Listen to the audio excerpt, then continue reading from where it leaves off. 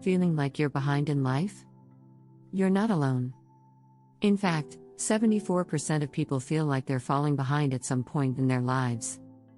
It's a shocking statistic, but it's also a reality for so many.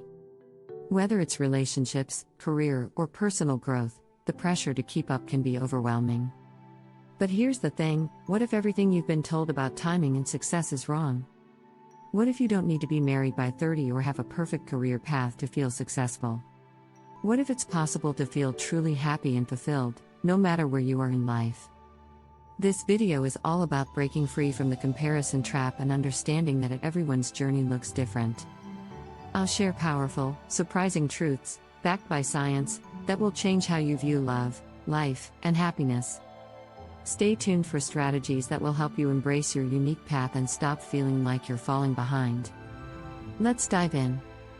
Chapter 1: The Comparison Trap: How to Escape the Race You're Not Meant to Run. We live in a world where comparing ourselves to others is almost second nature. But did you know that constantly comparing your life to others can lead to feelings of inadequacy and anxiety? According to a study by the American Psychological Association, social comparison can negatively impact self-esteem. It's easy to feel behind when you see someone getting engaged, buying a house, or traveling the world, right? But here's the truth: no one's life is a straight path. Relationships and success look different for everyone, and your journey is yours alone. Don't let social media make you believe everyone else is ahead. In fact, studies show that 70% of what people post online is either exaggerated or simply false. So why measure your progress based on someone else's curated highlights? Start by focusing on your personal growth. Celebrate small wins every day. Whether it's a meaningful conversation or a new skill learned, these moments matter. Ask yourself, what does happiness truly look like for you? When you stop measuring your success by external standards, you can finally embrace your own timeline. Remember, it's not a race. As the famous writer George Eliot once said, it's never too late to be what you might have been. You don't need to be anywhere but where you are right now. Chapter 2: The Power of Timing. Love isn't about the right age, it's about the right moment. One of the biggest myths in relationships is that there's a perfect time for love. We're often told that we need to meet someone by a certain age or achieve specific milestones before we can truly be happy. But here's a little secret: love doesn't have an expiration date. Research by the Pew Research Center shows that more people are getting married later in life, often because they're more focused on personal growth, career development, or simply enjoying life. And you know what? They're often happier when they do decide to commit. If you feel like you're falling behind because you're still single or not where you thought you'd be in life, you're not alone. The key isn't rushing into a relationship, but instead, waiting for the right moment. Think about it: a relationship that comes at the wrong time can feel forced, and may not work out.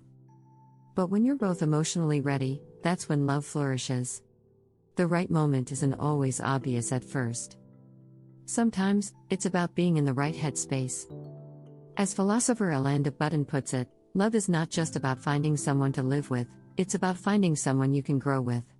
Chapter 3: Building Self-Worth Before Building a Relationship. Why you need to love yourself first. It's easy to think that love will fix everything, but here's the catch: you can't pour from an empty cup.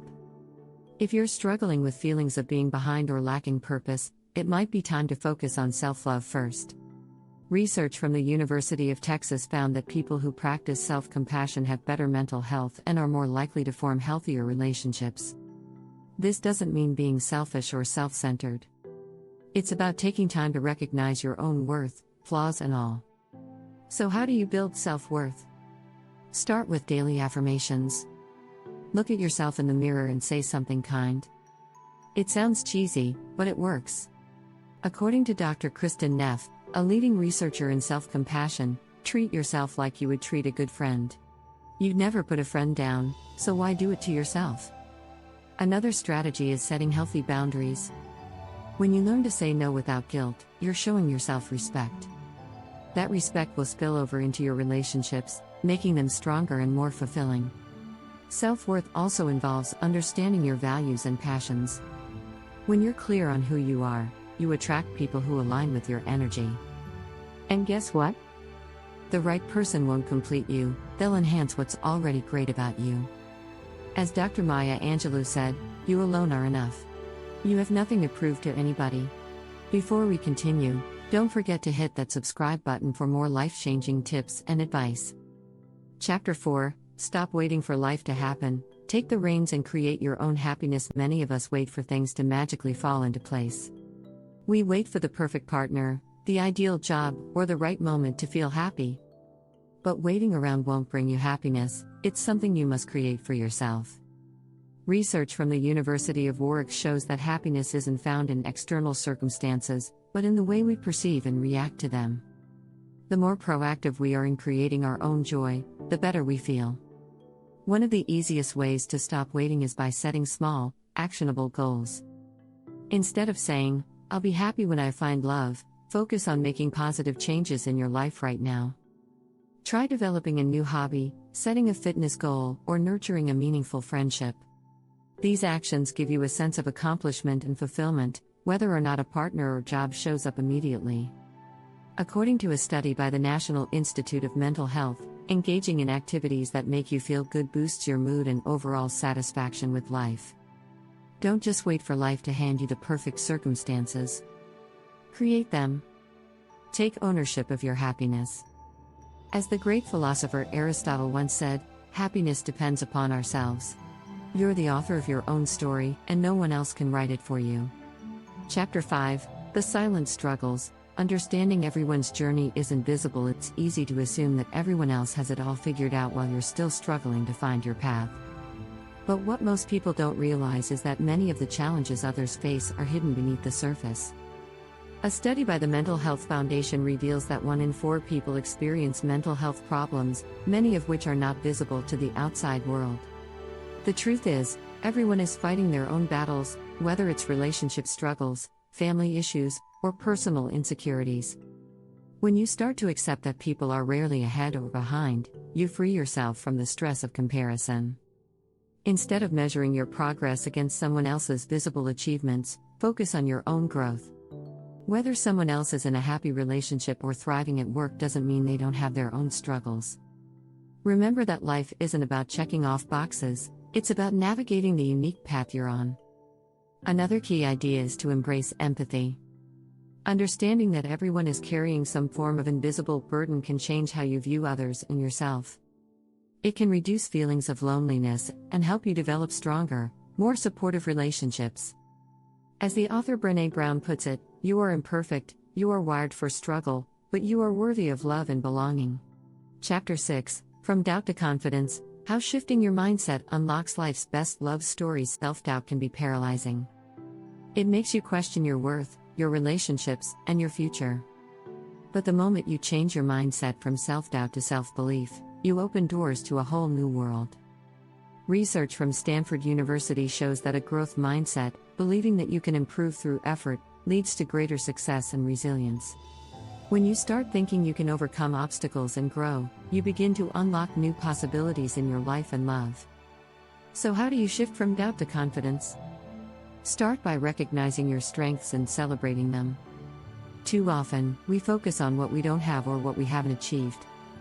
But taking a moment to acknowledge your achievements, no matter how small, boosts self-esteem. Another powerful technique is affirmations. Saying positive things to yourself can change your brain's wiring and help you see opportunities where you once saw roadblocks. Confidence also stems from action. If you wait until you feel confident to take the next step, you may be waiting forever. Sometimes, confidence comes after you've already started moving. When you take action, even if it's just a small step, you prove to yourself that you can handle whatever comes your way. And that belief builds over time. In relationships, confidence means knowing that you deserve love, respect, and happiness. It's about understanding that you don't need someone to complete you, you are already whole. As the author and speaker Louise Hay said, you have been criticizing yourself for years, and it hasn't worked. Try approving of yourself and see what happens. If you found this advice helpful, make sure to subscribe and stay tuned for more insights that will help you live your best life. With these chapters, the message is clear: life doesn't need to follow anyone else's timeline. Stop waiting for things to change, and start creating happiness now. Understand that everyone faces struggles, many of which are invisible, and remember that you're not falling behind. Finally, shift your mindset from doubt to confidence, and watch how it transforms your journey, both in love and in life. You are worthy of happiness, and the power to achieve it lies within you.